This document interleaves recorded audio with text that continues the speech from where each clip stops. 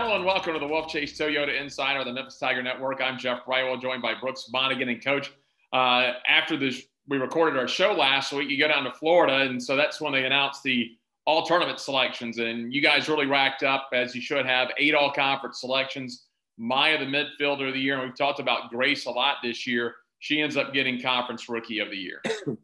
Yeah, man, very proud of our girls. And, when we obviously we found out in transit down to the tournament. And, the most important thing I could have told the team is, look, congratulations to those that won and got those awards, and congratulations to those that didn't, because nobody would have received the award without the help of their teammates. And so I am proud of those kids. They deserved it. But, we've got a good group. And so I'm proud of all of them, And, you just, when these kids get these awards, you just hope that obviously they stay humble, but it gives them a little boost of confidence. Unfortunately, down at the tournament, the semifinal game, there's only 4 teams this year due to COVID, a 1-0 loss in the semifinal match. It's a match, I know, for coaches, the stats are the stats. You guys had a lot of opportunities. Unfortunately, just couldn't punch one in. Yeah, listen, credit goes to Cincinnati. They had a good game plan, and we created enough chances. Unfortunately, we missed some sitters on that day, and the one really good chance that they got, they buried. And that's the game of soccer. And, it was a bit of a disappointing game. You hate to go out on that note. Obviously, we have high standards. And, when you come to Memphis, I sell that you play for championships. And I think we've been able to back that up over the years. So, very disappointed. At the end of the day, you got to be honest. And I've said this with the team, on the day, we just didn't have enough stellar performances, in that type of atmosphere. And when you can't go through the lineup and say that kid had a great game, then it's hard to win those games. But, that's not to take away anything from our kids, from the awards that they got, because they deserve them.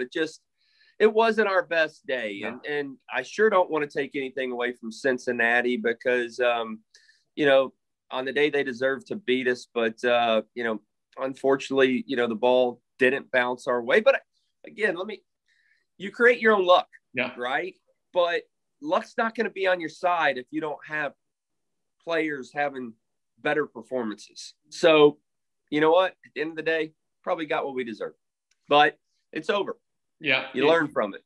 You turn around, I'm sure, some stressful days, because even you and I had talked about this after the show last week, that with the 48 teams in the tournament this year, it was going to be, even with the resume, which your resume was really good because you always stack the 9-conference schedule, and you make sure and you build RPI, strength of schedule, stuff like that. You were a little concerned if you didn't make it to the finals and didn't win the championship, if an at-large would be there. Fortunately, not only your resume, but what you guys have built over the last 2 decades with your reputation, of excellence here, I think helps pay off when a selection committee looks at a league like the American and looks at a program like Memphis. So you guys well-deserving at the selection show yesterday. Find out you're back in the NCAA tournament.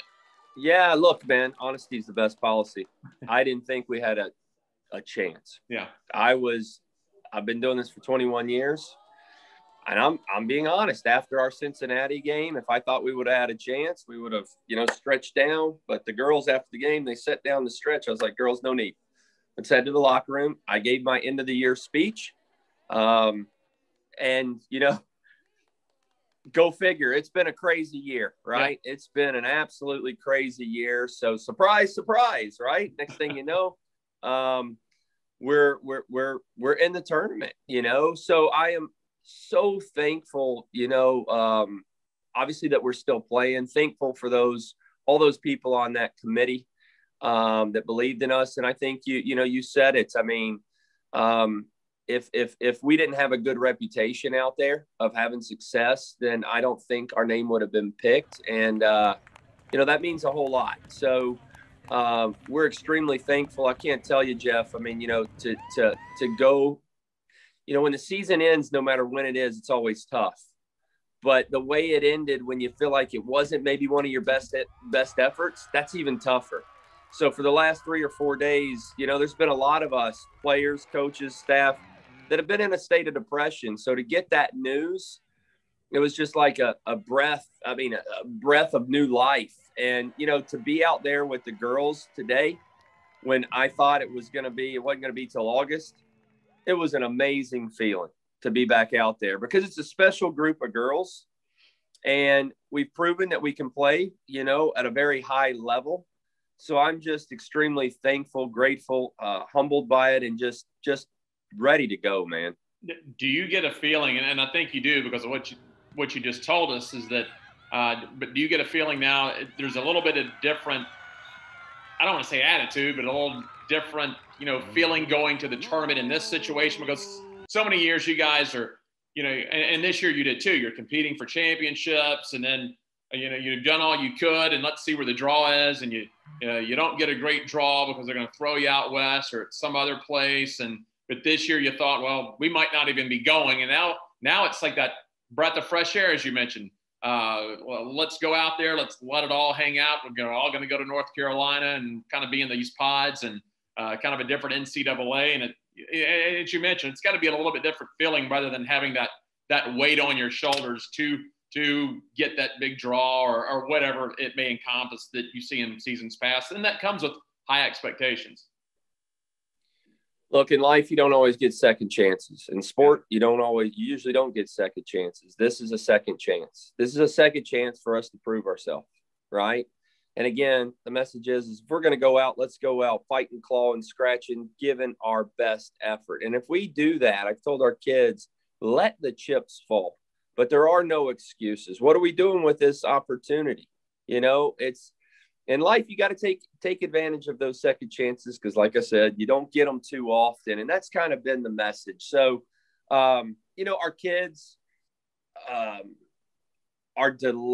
over the moon, to be out there. I think we're, our spirits are good. We've had some good conversations, and, again, excitement is the best word to use. So,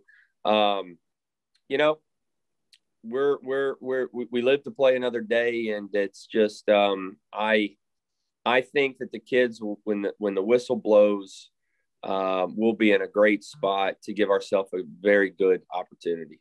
Took a look at Utah Valley, the Wolverines out of the Western Athletic Conference. They're a really good club, and I kind of looked at the preliminary stats, and it looks like could be a big matchup in the net between the two keepers. Neither one of these teams gives up a lot defensively. Yeah, we're just starting to do our research on these guys, and look, any team that's in this tournament is going to be good. And just through the little bit of research we've done, because obviously we just found out, not too long ago that we're in the NCAA. It's going to be a tough match. But there are no easy ones. Yeah. There are no easy ones. But you know what? We're used to that, right? Playing in the league we play, it's a common message that's set, told to the kids. Look, it's you can only control what you can control, and that's yourself, right? And that's ourselves as a team. And let's focus on us. Let's focus on what we do well, and be great at it.